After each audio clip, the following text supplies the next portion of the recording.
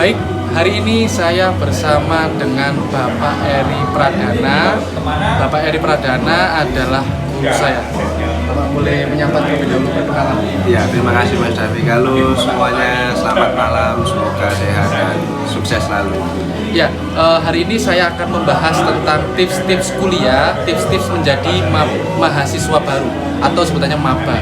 Tapi sebelum kita membahas terlebih jauh, kita akan membahas mengenai pengalaman saya dengan Bapak Erik.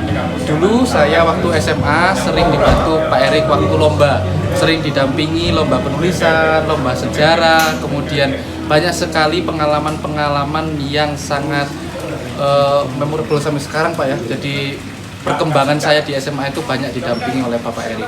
Nah, Bapak Erik boleh memberikan kesan selama bersama saya di SMA 1 Pasuruan. Oke, terima kasih Mas Davi. Ini Mas Davi ini dulu dari SMA Negeri 1 Pasuruan, tepatnya dulu ambil penjurusannya di IPS, dulu kelas 12 IPS 1, kemudian lulusnya di tahun 2022. Ini kalau saya ceritakan, yang jelas banyak, bisa sampai semalam suntuk cerita pengalaman-pengalaman dengan Mas David yang hebat ini. Tapi di antara sekian banyak pengalaman, yang jelas saya mengenal Mas David itu orangnya yang bulat. Kemudian yang kedua, tanggung jawab. Kemudian yang ketiga, pantang menyerah. Nah, ini tiga sifat ini yang sangat-sangat dimiliki oleh Mas David, sampai dengan dulu bisa ikut beberapa lomba dan bisa jadi juara seperti di Olimpiade sejarah. Kemudian ada juga dulu yang diselenggarakan di DPR, yaitu event parlemen remaja. Mas David bisa menjadi juara 1. Baik, hari ini saya akan melanjutkan pembahasan pada bagaimana menjadi mahasiswa baru, karena Bapak Erik juga mendampingi saya untuk terkait dengan perkuliahan dulu awal ketika mahasiswa baru, diberi tips-tips. Nah, sekarang saya ingin membagi bersama Anda. Baik, sebelum saya memulai pembicaraan, saya mengucapkan selamat bagi seluruh mahasiswa baru di seluruh Indonesia dan terutama mahasiswa FISIP UI.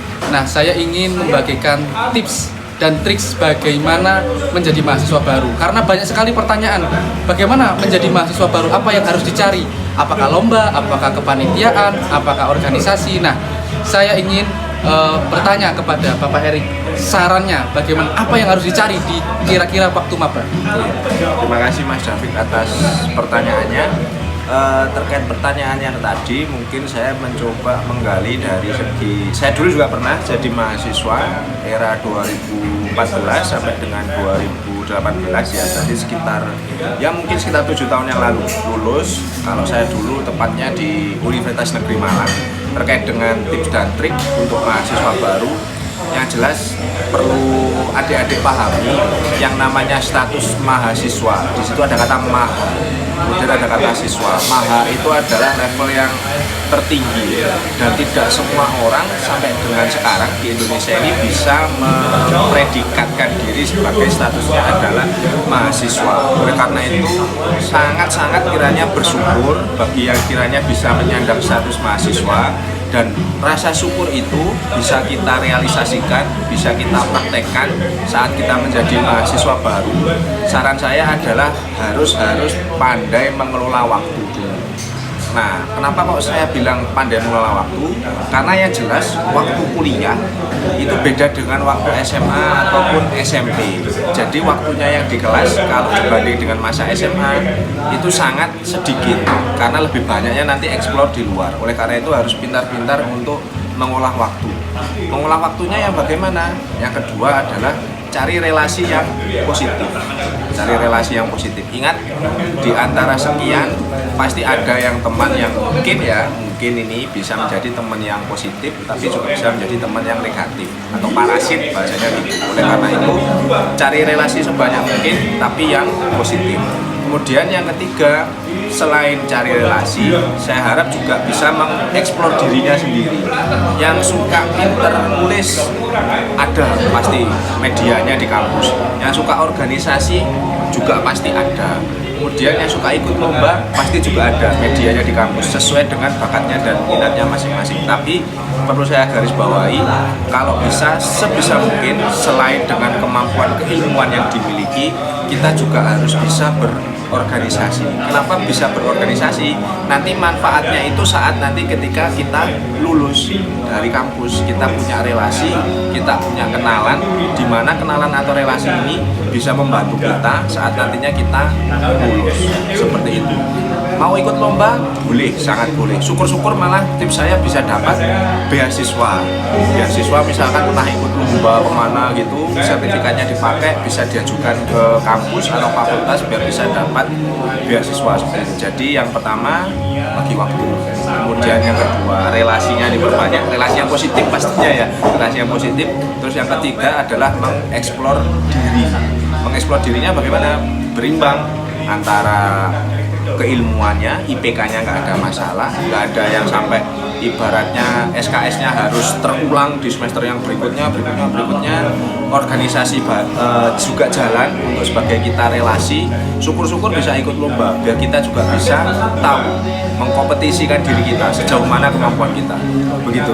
Oke, berarti dari pernyataan Pak Erik kita bisa melihat bahwa keseimbangan dalam banyak hal, dalam hal IPK, manajemen waktu, kemudian lomba-lomba. Jadi tidak harus kita mencari relasi itu yang selalu positif. Biasanya ada Pak memang yang memang menjadi parasitas itu Pak ya, dan kita harus bisa melakukan pengelolaan orang, bagaimana menghadapi orang dan macam-macam. Intinya adalah bagaimana keseimbangan dan proporsi pada banyak aspek dalam perkuliahan itu harus benar-benar teman-teman paham. Baik, untuk selanjutnya bahwa selain kita berkuliah, kita juga belajar bagaimana produktif, bagaimana bukan hanya berorientasi pada perkuliahan, tapi berorientasi pada produk-produk keilmuan atau hobi yang bisa kita jalani atau organisasi. Nah, saya ingin meminta kembali lagi saran menjadi mahasiswa produktif itu bagaimana Pak? Oh ya, terima kasih Mas David. Kalau produktif itu secara pengertian ini ya, aktif menghasilkan sebuah produk. Produknya entah berupa mungkin gagasan atau mungkin produknya dalam bentuk fisik atau bagaimana, nanti bisa adik-adik sesuaikan dengan jurusannya masing-masing, seperti itu. Mungkin yang sosial humaniora biasanya lebih banyaknya ke ide, gagasan, tapi kalau eksak bisa jadi produktifnya bisa berupa karya. Kalau menurut saya produktifnya sebenarnya simple sih, jangan puas jangan puas merasa sudah targetnya tercapai, jadi terus bisa mengeksplor, jangan berpuas diri, ibaratnya jangan berpuas diri. Terus yang kedua adalah pandai-pandainya kita untuk bisa ikut berkompetisi. Harapannya biar kita semakin lama bisa semakin produktif terus, tidak berpuas diri, tapi terus kita bisa mengasah terus kemampuan yang kita miliki. Terus juga tadi ada juga selain produktif tadi survive. Nah, untuk survive ini sebenarnya simpel sih kalau menurut saya. Kadang ada yang beranggapan orang-orang itu, waduh ini dengan yang diberikan orang tua merasa nggak cukup dan sebagainya. Nah, itu sudah zaman kuno sih kalau saya yang seperti itu. Karena sekarang juga banyak ada beberapa mahasiswa ini yang bisa paten kerja-kerja, misalkan kerja yang di paten misalkan seperti di kafe atau kemudian di resto, kemudian di manapun lah, yang penting sih halal gitu. Nah, karena kalau nggak halal biasanya ada balaknya seperti itu, tapi kalau halal insya Allah sih barokah, meskipun sedikit ya.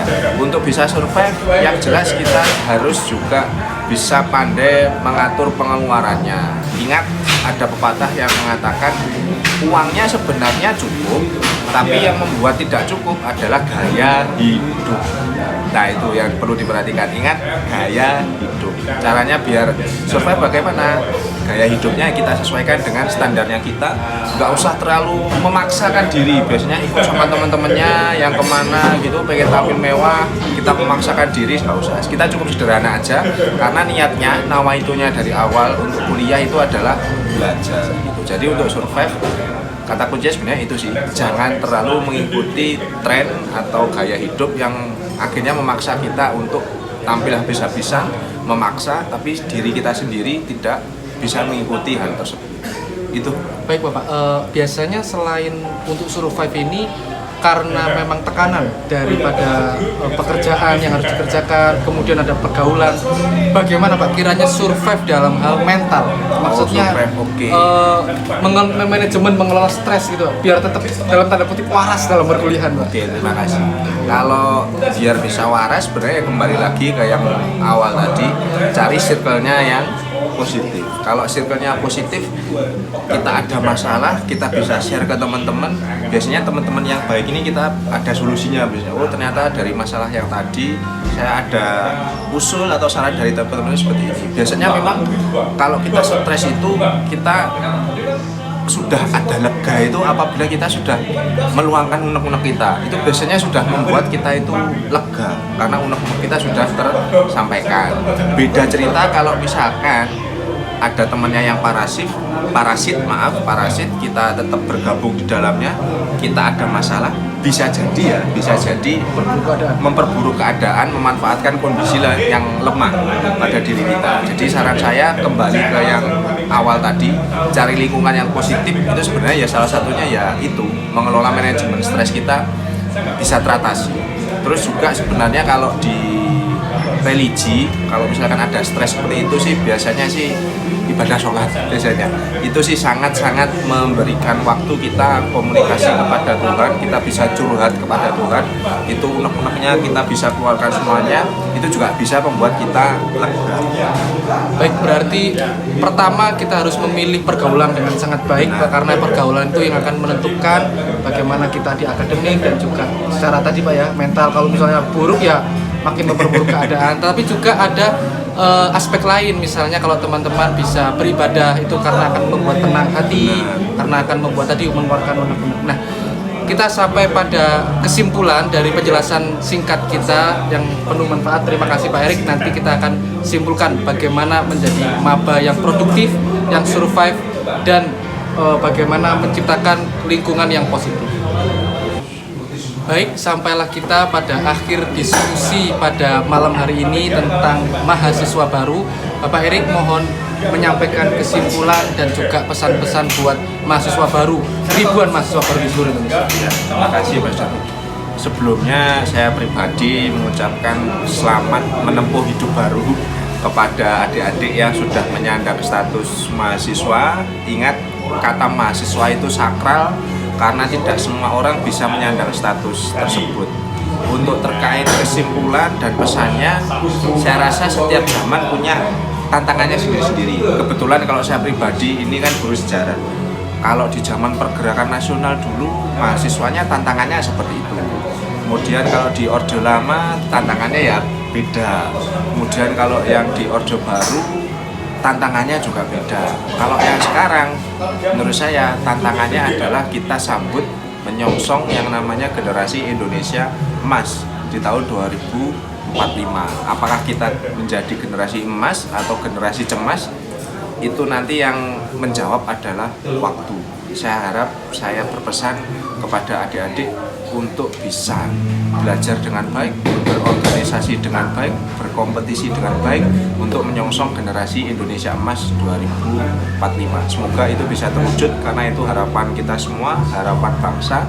Kalau melihat catatan sejarah, kalau yang sudah memiliki usia produktif yang banyak di sebuah negara, kelak nanti Indonesia Emas 2045 ini bisa menjadi negara maju. Salah satu langkah awal start bisa menjadi negara maju. Ada catatan sejarahnya, ada. Sukses untuk mahasiswa baru, sukses semuanya, hidup mahasiswa. Baik, terima kasih Bapak Erik atas waktunya, atas penjelasannya. Semoga semua tips yang diberikan oleh Bapak Erik tadi bisa diterapkan untuk menyongsong Indonesia Emas. Terima kasih. Wassalamualaikum warahmatullahi wabarakatuh. Alhamdulillah Pak.